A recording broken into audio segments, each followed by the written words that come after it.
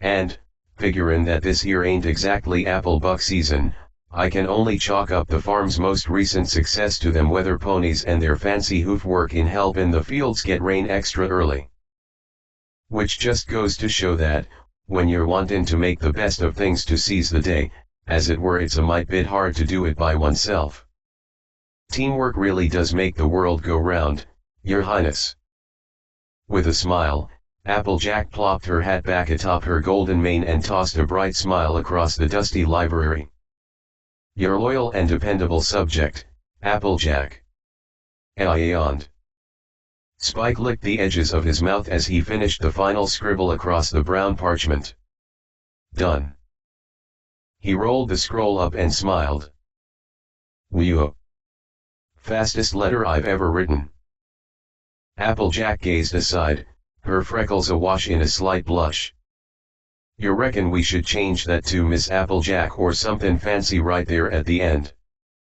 Twilight Sparkle giggled, shaking her head with a flounce of her mane. Not at all, AJ. The princess knows fully well who you are. The kingdom of Equestria has depended on you and the other 5 elements of harmony time and time again. You're practically family now. Family. Aw, shucks. Applejack rubbed one hoof against the other as she gazed nervously towards the floor. Not sure I feel quite right with myself, bumpin' branches with princess family tree. Woof, please, AJ. Twilight trotted over from her reading seat and gave Applejack a friendly nuzzle. Don't sell yourself short. Celestia cares for you no less than any other pony. Enough to read an entire letter about my recent success with the apple crops. Applejack asked with a raised eyebrow. Seems rather boring for the ruler of Equestria, don't you think? Not at all, Applejack. Twilight grinned. She's always asking to know more and more about the friends I've written about. Your letter is perfect. Not to mention simple. Spike gave a thumbs up while sliding a seal over the scroll in another. It certainly made my job a lot faster. Speak. Twilight glared his way. You sure that I wasn't too? Oh, I dunno. Applejack scratched her chin with a hoof and thought aloud, what's the word that Rarity is always usin'? Uncouth. Hee. Hardly. I know I went on and on quite a bit about the weather ponies waterin' the crops for the early harvest. Thing is, I just don't want them to be losin' any credit for what they did and all. Applejack, it's okay. You were completely and utterly honest, Twilight said with a wink. And if there's anything that ponies have come to expect from a friend like you, it's the truth, forever and always. She turned and glanced at Spike again. How's the letter coming? Way ahead of you. He raised the letter to the ceiling, and, with a belching sound, sent it across Equestria on a wave of green flame. Whew. Talk about feeling accomplished. He excitedly pumped his arm and grinned. Now I can go back to shoveling for gemstones outside of town to fill my dragon cupcake batch. Just don't track any mud on the way back in from your digging, Spike. Twilight raised an eyebrow, smirking. We talked about this, remember? Funny. Applejack brushed some bangs out from under the brim of her hat. It must be diggin' season or something. Apple Bloom asked if she could borrow the family shovel this morning. Oh. Yeah. Seems like they're having some fancy schmancy science project at school. Earthworm diggin' or something. Brrrrrr. Just glad they didn't make us do that when I was a filly. Really? Twilight blinked awkwardly at her. Today is a Thursday. Cheerily always gives out quizzes on a Thursday. We've talked about it over tea before. There's barely any room to fit in a project like that, on account of all the schoolwork. Heh. Spike waddled across the room, carrying a dirt-stained bucket over each shoulder. If you ask me, somebody's not planning to do any studying today. Applejack frowned after his moving figure. Are you making sass about my lil sis? You gotta admit, AJ, Twilight said. It is kind of odd, don't you think? Land's sake, Twilight. Applejack chuckled and gave her an oats-eating grin. This is honest Applejack, remember. I swear, if you trotted door to every household in Ponyville, you wouldn't find no foal who was raised more proper than the one Big Mac and I looked after. Her smiling teeth glistened.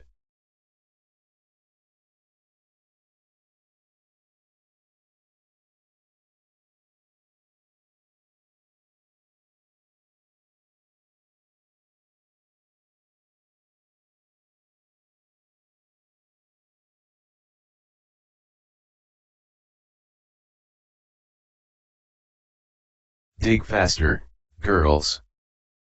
Apple Bloom shouted, her face covered with dirt and clumps of grass as she stood, panting, over the edge of a tremendous ditch on the east side of town. We've been at this for 3 hours and we barely made a hole big enough to fit a trough in.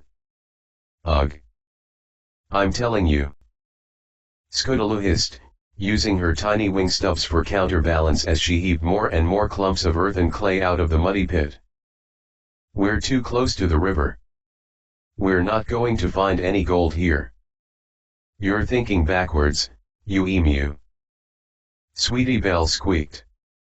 With a high-pitched grunt, she flung her sister's ornate garden shovel into a wall of mud and glanced up at Apple Bloom.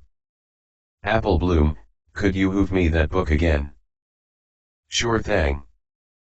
Apple Bloom snatched a book entitled Gold Digging for Donkeys that was lying by her side. I don't see what good it's gonna do us.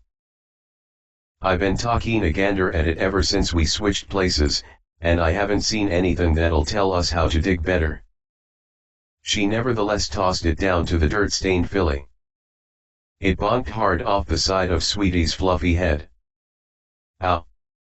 Her voice cracked. She rubbed her soiled mane, then gasped down at her hooves. Oh no! What? Scootaloo jumped. Is it a snake or something? No, it's worse, Sweetie whined. She knelt down and winced as she gingerly picked the mud-splotched book out from the depths of the brown muck. It's messy now from front to back. You. Scootaloo squinted. Didn't check that out from Twilight Sparkle's library, did you? Sweetie's cheeks turned rosy. Ma-abe. Perfect. Scootaloo shoved her shovel down and barked up at Apple Bloom. I told you guys that this was a bad idea.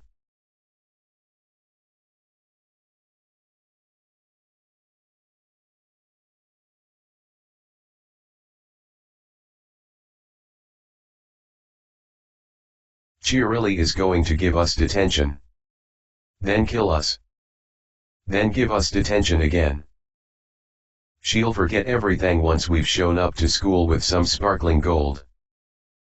Apple Bloom remarked with a bright grin. Scootaloo bore a lethargic expression. Just how's she not gonna wanna tear us limb from limb and tell on our families? 'Cause we'll be the only fillies in the last 100 years of Equestria to earn ourselves QD marks in gold diggin'. Maybe that's because the last miners who ever tried digging for gold all died in a freak accident ages ago. Hey. Sweetie Belle brightened, holding the book up high.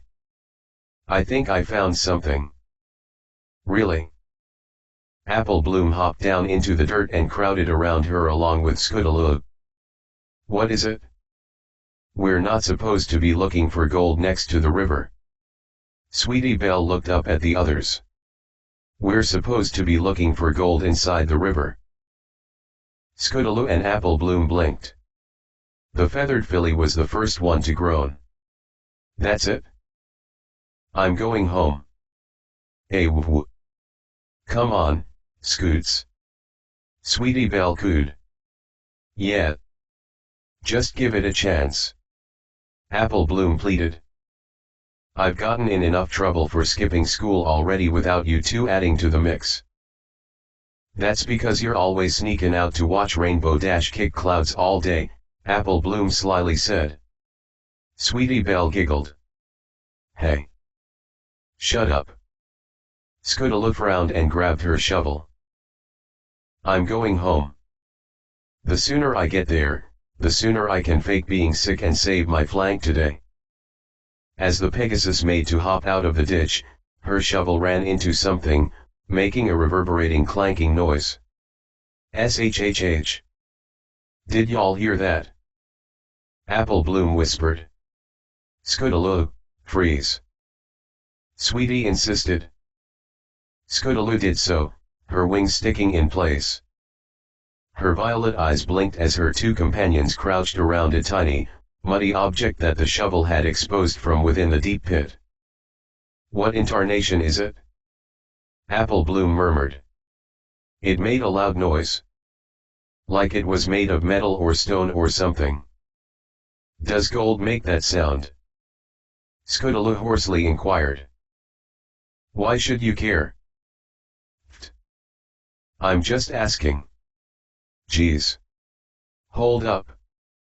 Apple Bloom dug at the thing, wiping her yellow hoof across its grimy exterior. Soon, a polished surface appeared, the color of silver. Well, TNT gold. I wonder what it is. Sweetie remarked, trembling in a breath of uncertainty. Oh, for crying out loud. Scootaloo dove in. Allow me. Hey.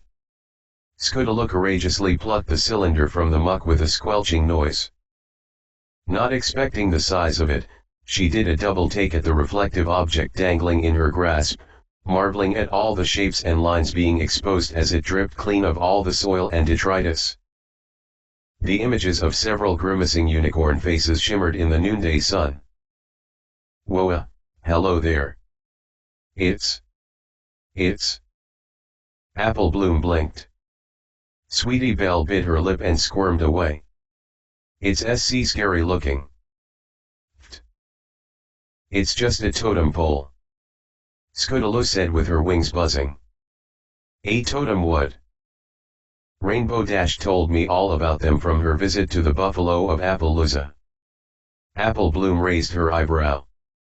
Since when do buffalo make things out of silver? Yeah. Well. Scootaloo twitched. I wanna see you two come up with a better explanation. She shook the object to get the rest of the mud off, and suddenly it glowed with a loud hum. Uh-oh. Scootaloo. Sweetie squeaked. What did you do? I dunno. Scootaloo's teeth chattered as she held the vibrating cylinder at 4 limbs length. I think the stupid thing doesn't like to be shaken. Well, drop it. Apple Bloom shouted. Drop it where? Girls, look out. All 3 of them squealed and dove to the side as a bright flash of silver luminescence fountained outward from the object. Every blade of grass, every green leaf, and every fluff of cloud billowed from the glowing wave's touch. The sparkling auras swam from horizon to horizon, briefly engulfing the blue color of the sky. Then, as swiftly as the pulse had began, it ended, drizzling a fine layer of twinkling dust over every pony's coat that disappeared after a few fragile seconds. Apple Bloom was the first to get up, rubbing her skull and blinking dazedly across the tiny trench. Mule muffins. What was that? Gulping, she gazed around the hole. Is every pony okay? Apple Bloom. Sweetie Belle blinked steadily at her. Are we dead? No, we certainly ain't dead. Then how come you have a halo over your head? Huh? Apple Bloom made a face. The hay are you goin' on about? That halo. Sweetie pointed. Over your head. Apple Bloom felt a hoof over her mane, but all she made contact with was her hair bow. I feel nothin'. She did a double take, then leaned forward with a squint. But you sure as heck got one over yours. Sweetie gasped, flinging her hooves up. From Apple Bloom's perspective, the tiny unicorn's forelimbs were waving through the shape of a vertical ellipse, as if shadows were passing through a silver beacon of light. The circular emblem stayed hovering at a fixed point over Sweetie's head, no matter how many times or in what direction her skull moved. I don't feel anything. I'm not making this up, Sweetie Belle. You've got something over your head. Well, you've got something over yours too. At the sound of the moan, both girls looked over at their Pegasus friend. Scootaloo. Are you okay? NNNGH. Scootaloo sniffled. Sitting up, she stared at a nasty bruise on her forelimb. It started to bleed while throbbing with undeniable pain. Nevertheless, Scootaloo dried her tears before so much as looking the other filly's way. Ahem. Yeah. I'm fine. Yeah, sure. 'Cause you just took an awful tumble upon hearing a magical chime sound alight the air. Apple Bloom did a double take. Her eyes shot up over Scootaloo's head. Sweetie Belle gasped, her hooves flying to her pale muzzle. Apple Bloom, look. She's got a one over her head.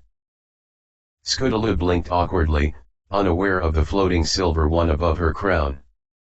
The heck are you two going on about? Did you hit your heads hard or something? Scootaloo. Apple Bloom gazed suspiciously. Are you sure you're alright? Didn't I tell you already? Scootaloo sniffled and hid her bruised forelimb. I said I'm fine, sheesh. This time, she too heard the magical chime.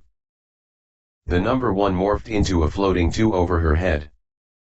She blinked nervously and began to sweat. What are you two staring at? Sweetie Belle and Apple Bloom exchanged glances. Collectively, the nervous trio gazed at the still glowing totem in their grasp. That was really strange, Lyra remarked.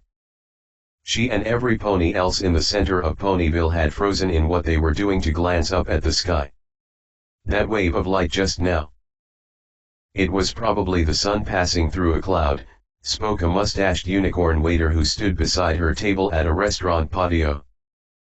He levitated a pen over a notepad and scribbled across a sheet of paper.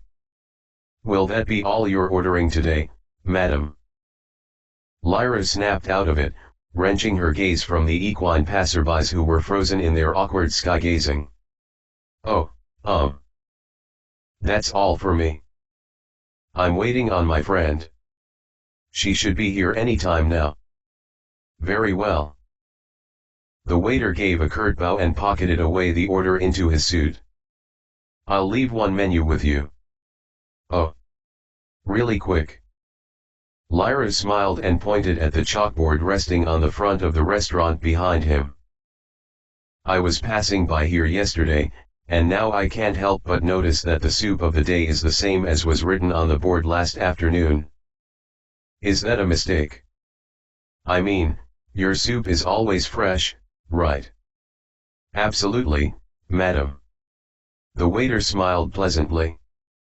Freshest soup in all of Central Equestria. There was a chiming sound, and the number 1 appeared over the stallion's head. Lyra blinked. Her brow furrowed. Well. Thanks.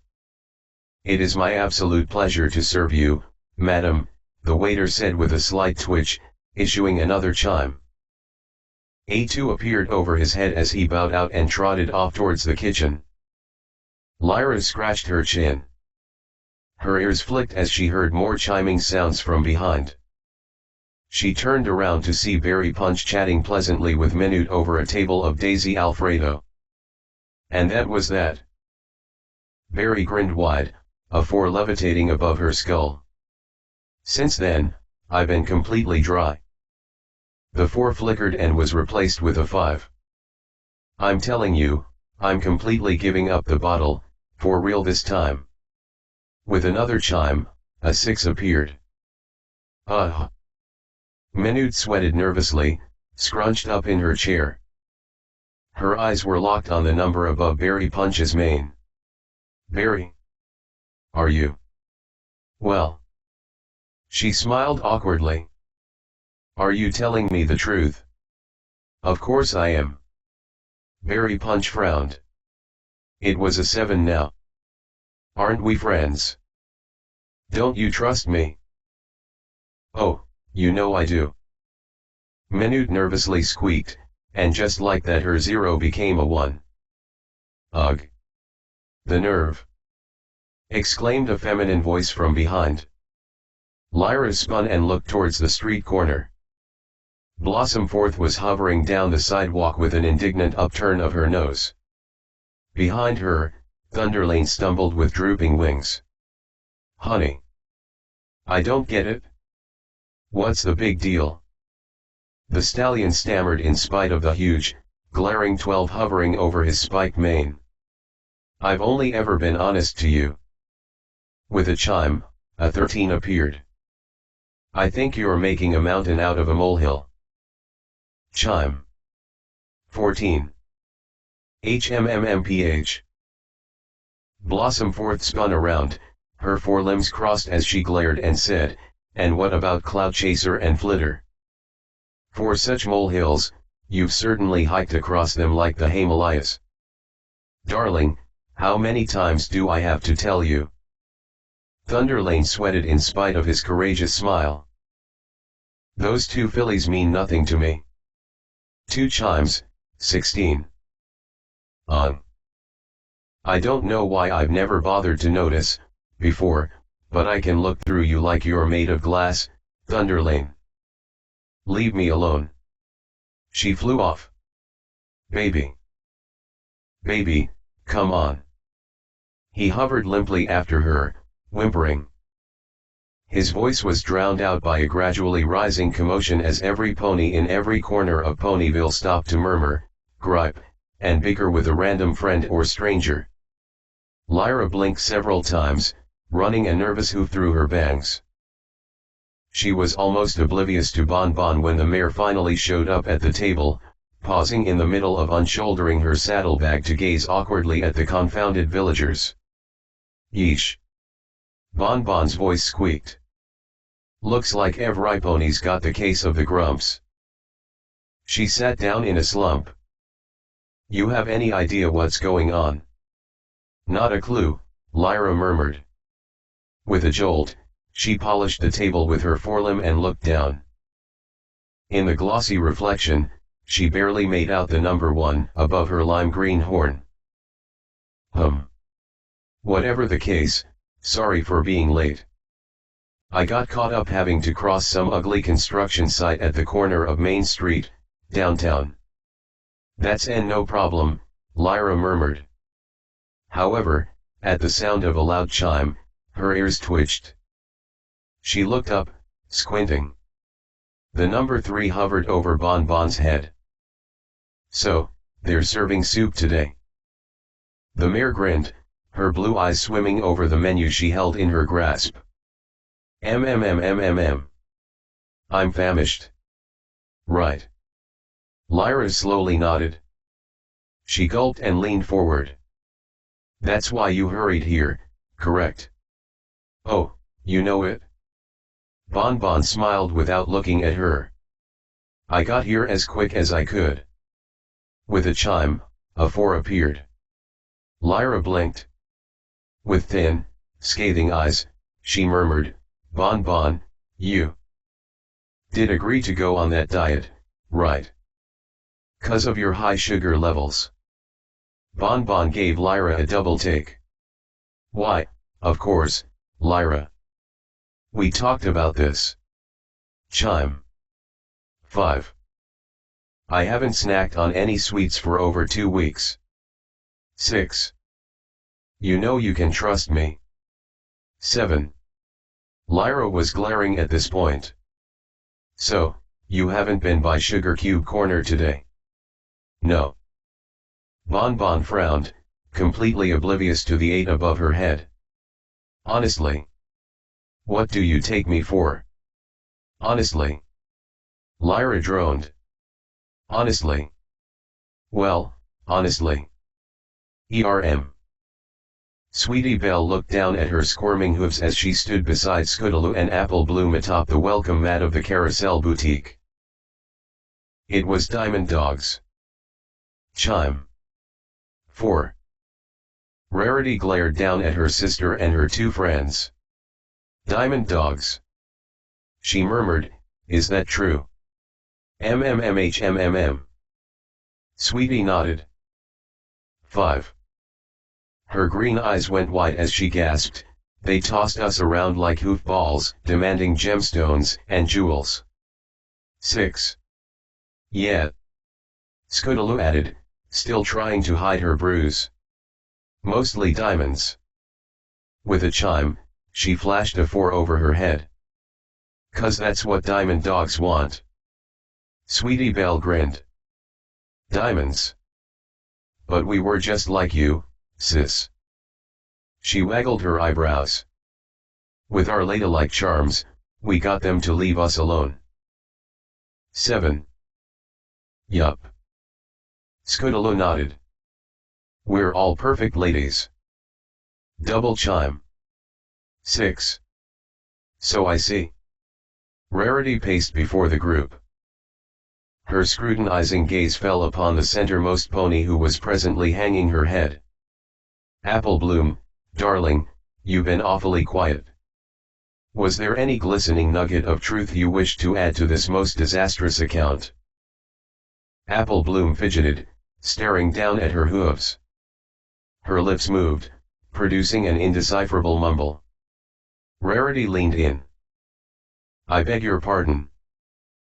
Apple Bloom looked up, flashing an awkward, mud-strewn smile. The Diamond Dogs were sure. Fixin' to make us dig our way to China. Her smile cracked as soon as she heard the chime. Her skull brandished the paltry number 1, and yet she instantly broke into a fountain of tears. Oh yig. It's a lie. It's all a lie. She drawled, falling to her haunches and burying her face in her forelimbs. Please don't be mad at us. My big sister's gonna lock me up in the barn for an entire year.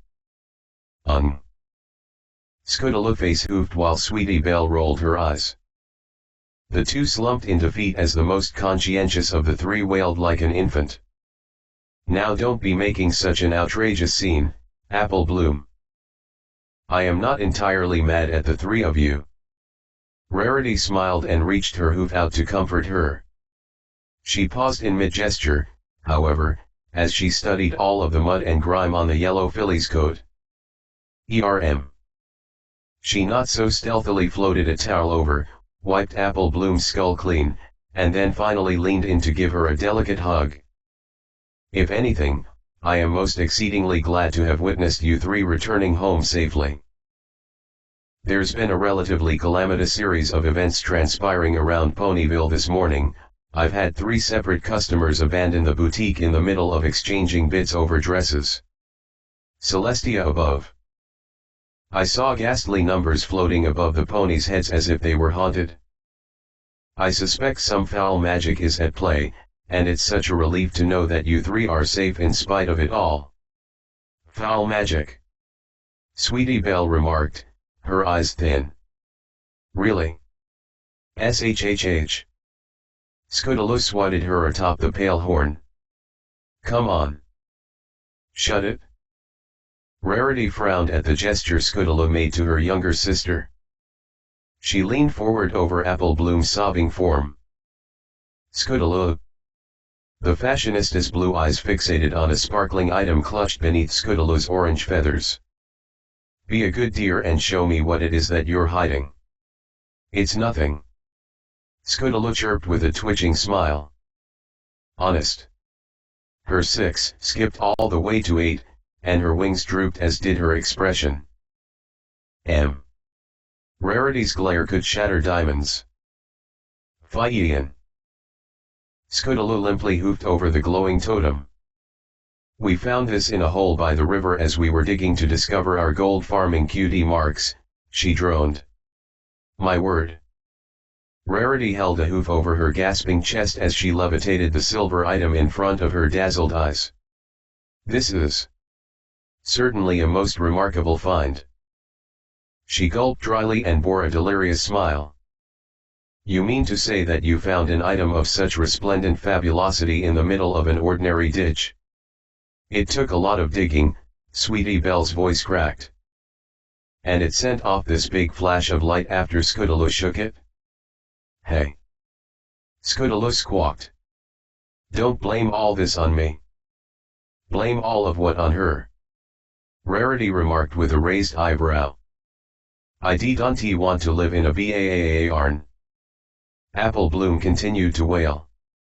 Now, there, darling. Rarity consoled her with a hoof pat to her shoulder.